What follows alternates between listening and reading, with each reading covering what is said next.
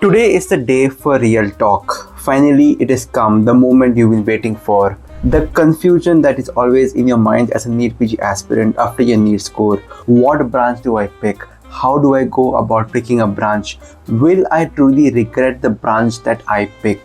Today is going to be a raw video with very less fancy edits, straight from a heart to heart. Because things like this, career selection, relationships, these need to come from the heart. They do not have to have a solid formula for you to pick a particular branch. Today I'm going to walk you through the steps, the things that I considered before choosing my branch, that is first year internal medicine in Goa Medical College. Hello everyone, I'm Dr. Anirudh Bhat, a first year medicine resident at Goa Medical College, and today we are going to take you back to the days of internship, those golden days when you were interning in all the departments of your hospital, correct? So in that, during your internship, you will notice certain things about yourself and about your residents.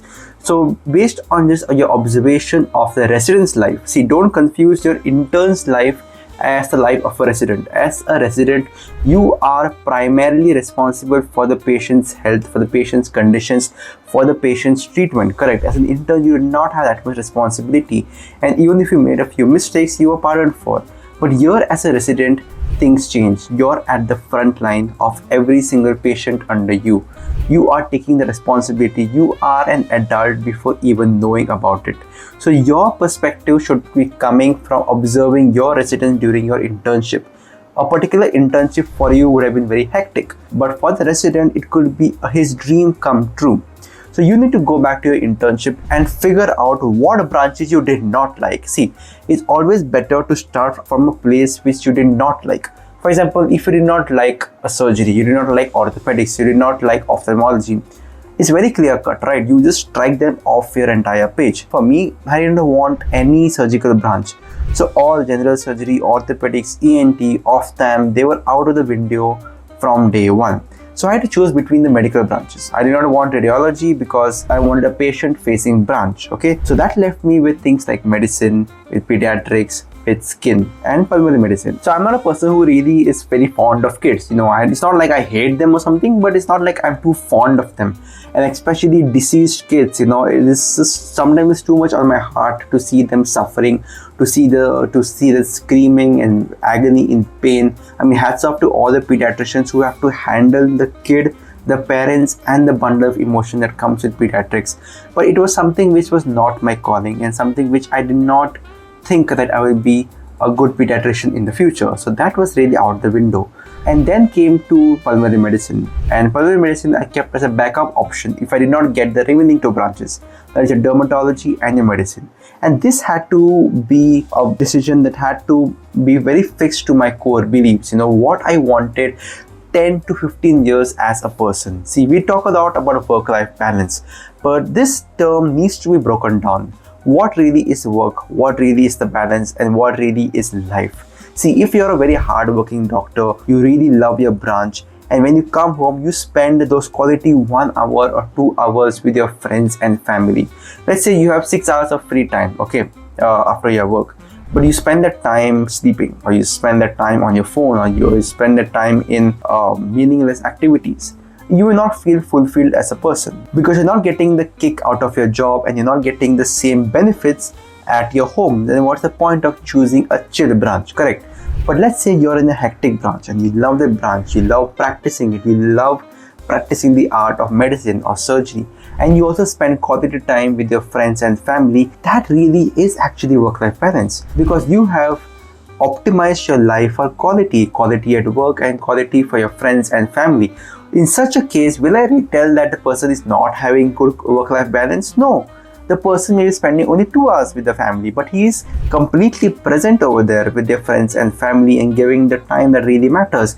So it really comes down to your subjective feel of what is work-life balance. A very big mistake that aspirants make is that they start listing down pros and cons of every branch. That is very important to do, but it is not the end all and be all. because things like this cannot be broken down into pros and cons. You have to really experience what it is and then take a call that your heart really wants. Like, when you fall in love with a person, you discard all sorts of logic. You don't analyze your partner using a pen and a paper and on a Excel sheet, right? You go by what your heart, your instinct tells you. That is exactly what you need to do with your branch. Do you like money? Do you like glamour? Do you like discharging patients? Do you like engaging with the patients and their patients' family? If that is something that appeals to you, then you have to go for some medical branch. Or if you want to do procedures and you get the kick out of being in the OT and doing pre-op rounds, doing the operation theater, following up with the patient after the operation, and you want to send the patient really satisfied with the surgery, with the post-op care, then surgery is for you. So when I was left a choice between dermatology and medicine, it came down to what I wanted in the future. I wanted to treat diseases like diabetes, hypertension, heart attacks, strokes, because with the emerging problem of obesity and lifestyle diseases, I just thought that this was a big opportunity that is there currently for me to make a big impact. Of course, with dermatology, there's a lot of money, there is a work-life balance, but the equipments cost a lot if I have to set up a private practice. I do not want to be associated with the hospital. With general medicine, it gives me the option of starting my own clinic or being my own boss, and that is what really attracted to me. And this work-life balance thing is very skewed again. You can choose the work hours. You can choose to practice from 9 o'clock till 5 o'clock in the evening. Obviously, you'll earn less than the physicians who are working from 9 a.m. to 9 p.m. but you will get to choose, and the choice really matters. If you're someone who wants to launch a clinic, who wants to establish himself or herself early on in the life, then you have to choose a medical specialty. Now I'm going to address the myth of saturation in branches. See, if you go for a job these days, of course the market is going to have a lot of competition, correct? But you're going to have a competition from entire India. And especially in metro cities, there's a huge competition if you're looking for a job.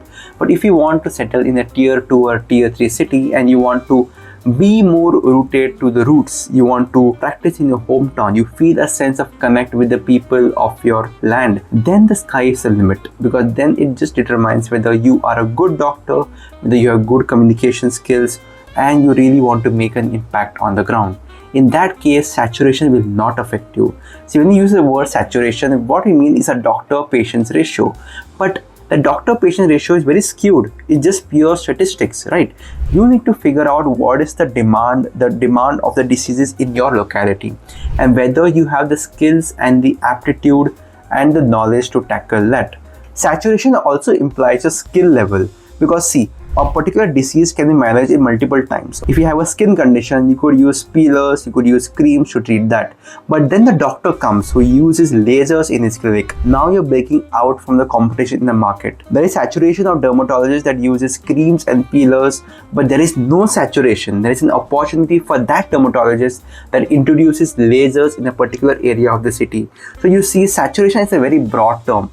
You have to break it down. You have to figure out what opportunities exist in this particular branch in the place I want to settle.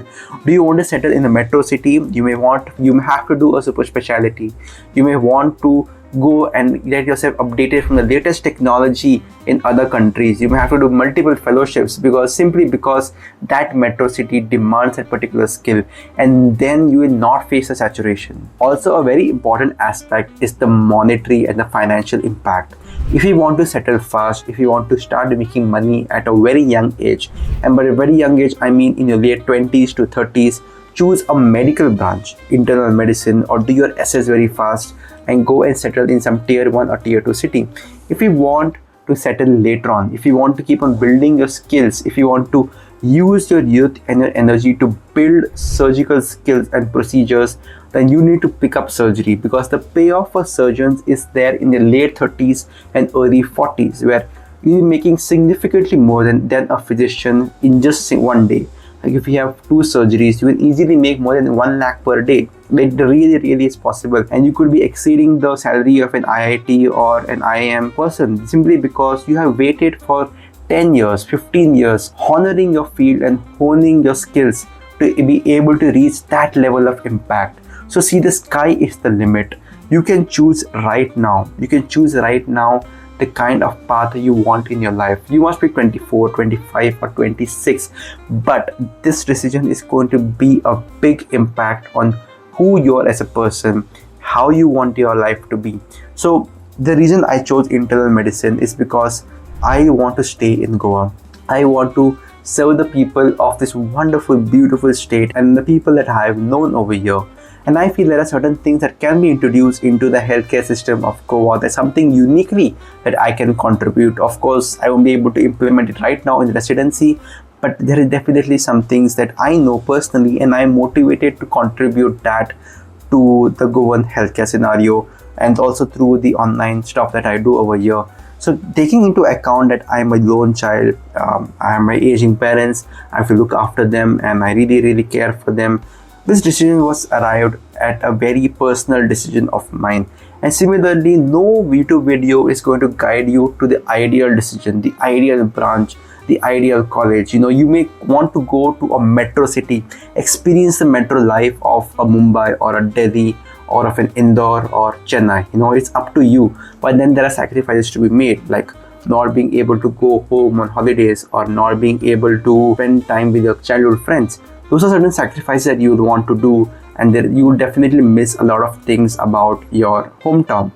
Ultimately comes down to the choices and the sacrifices you made. For example, I could be giving up on a very good DNB in Mumbai or Delhi and wanting to choose my state top college. You know, there are some advantages of doing a good DNB. You know, I'll be meeting the celebrity patients, I'll be meeting the celebrity doctors, I'll be learning effectively how to work in private, but I'll be compromising on my finances, on my time with my parents and my friends. So ultimately it comes down to compromises. These kind of compromises you will want to write down on a piece of paper. The things that you want to give up and the things that you cannot give up. And ultimately you have to sit with yourself one day, go to the temple, go to the church, go to the mosque, sit in front of God, and you will definitely get an answer. See, this video could easily have been about earning potential branches or a maximum work-life balance in this particular branch, but I did not want to put that video out there.